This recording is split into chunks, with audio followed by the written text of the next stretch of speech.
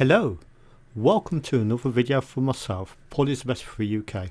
So in today's video I'm just going to do a tutorial on how to use your own obtained Sinclair ROMs for better compatibility on the Spectrum from RETROGAMES. So, as it says on the screen there, what is a system ROM, I hear you ask? Well, not to be confused with normal ROMs like games. The system ROM is basically the BIOS of the system, read-only memory that tells the computer what to do, tells how to handle the logic, the graphics, everything. And it's also got basic. Why is this important on a ZX Spectrum? The simple answer is compatibility. Some games don't like abnormal ROMs, and the Spectrum from RETROGAMES has its own included system ROM. It has, however, been modified so certain games and speed loaders might not work. So here is an example of that.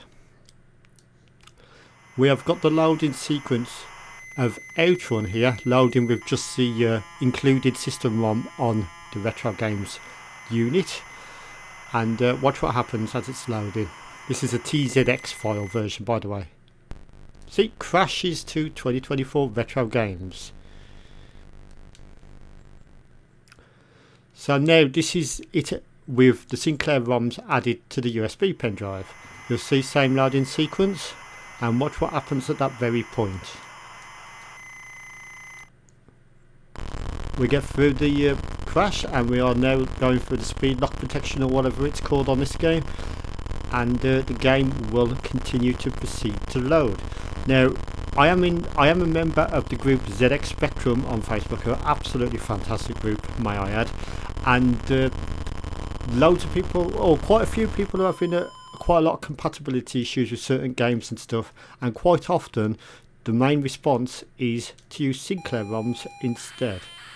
So in this video I'm going to explain how to do that. You can see Outrun is just continuing to load nicely with the Sinclair ROMs. I'll also explain near the end of the video some of the benefits of using the Sinclair ROMs. Once you've got the Sinclair ROMs on, there's no real reason to go back to the RETROGAMES ROM unless you really want that RETROGAMES original thing. This does not affect the computer at all. It does not alter anything on the computer. It's all passive on the USB pen. So no firmware or anything changes. So these are the ROMs you're going to need to obtain yourself. I can't really say where to get them from, but I'll give you a clue. There's a well-known site, American site, that sort of like archives everything. So yeah, that's where you can get them. You can get a zip file with loads in, including the ones that aren't needed for the Spectrum. So yeah, there you go. So if you want to find them yourself, Google these ROM names like 48.rom, 128-0. Once you have all them downloaded, we'll go on to the next step. So this video is talking about a zip file, a compressed image with all of them in, but you might have to do this a bit more manually yourself, depending on how you've obtained them. So this is my the Spectrum USB flash drive. I've got it plugged in. It's blank at the moment. I've just formatted it, FAT32, and it's completely blank. So what you want to do is you're going to make a new folder, and you want to create it, and you want to rename it to the Spectrum, no space, capital letters. Okay, so there we go. That's the first step.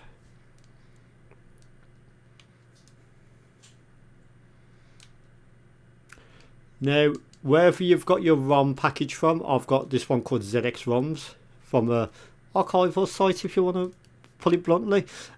This is what I've got. So I'm going to this is just the normal Windows extract. You can use WinRAR. It's a bit different on that, but same sort of principle. We're going to use that. Okay. So we're going to extract that. We're going to change this default wherever it's saying, and we're going to change that to our USB pen. So I'm going to alter that to, on my system, the USB drive is the F drive. So we're going to click on that, click on the Spectrum folder we just created, select folder. Now what will happen is that will extract. So yeah, just to confirm, it's going into F, the Spectrum. Your USB pen drive might be D, it might be E, it might be F. Just make sure you do it to the USB pen drive that you've just plugged in to your PC.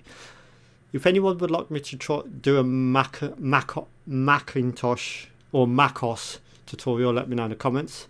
But the procedure is basically the same on that as well, almost. So in the Spectrum folder, we should now have our extracted folder from with all the ROMs. So yeah, there we go.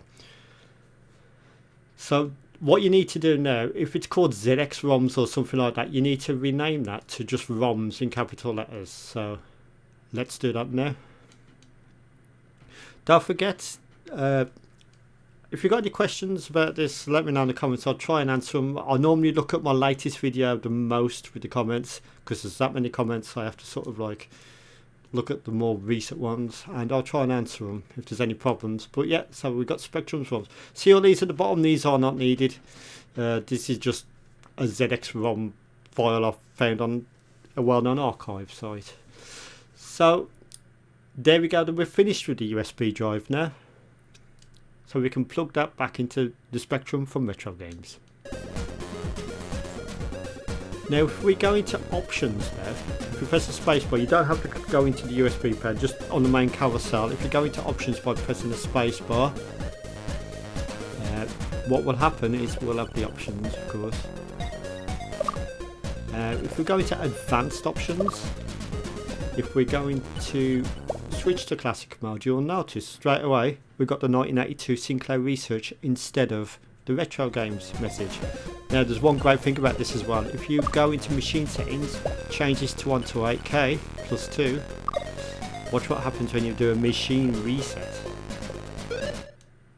When you look at that, 128K Spectrum.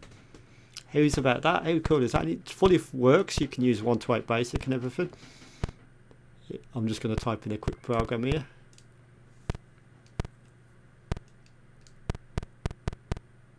As you can see, AY Music fully supported and works in basic on the Spectrum. Nice for a rubber key style Spectrum, isn't it? You can go further than that. You can go to +2A mode, do another machine reset. Will you look at that? +2A mode, you can see the drive M is available now, and we got +3 basic this time. So yeah, this is now permanent until you remove the USB pen drive or you delete them ROM files. So when you go to loading a game next, it should work. The ones you've had bad compatibility or crashes with before should now work. So I hope you found this video interesting and easy to follow. I know I'm not the best at making tutorials, but I will try to do it the best as I could. So thank you for watching. Have a pleasant evening or a pleasant day, rest of your day, whatever time you're watching the video, and see you in the next video. Thank you for watching. Have a pleasant evening or day, and goodbye.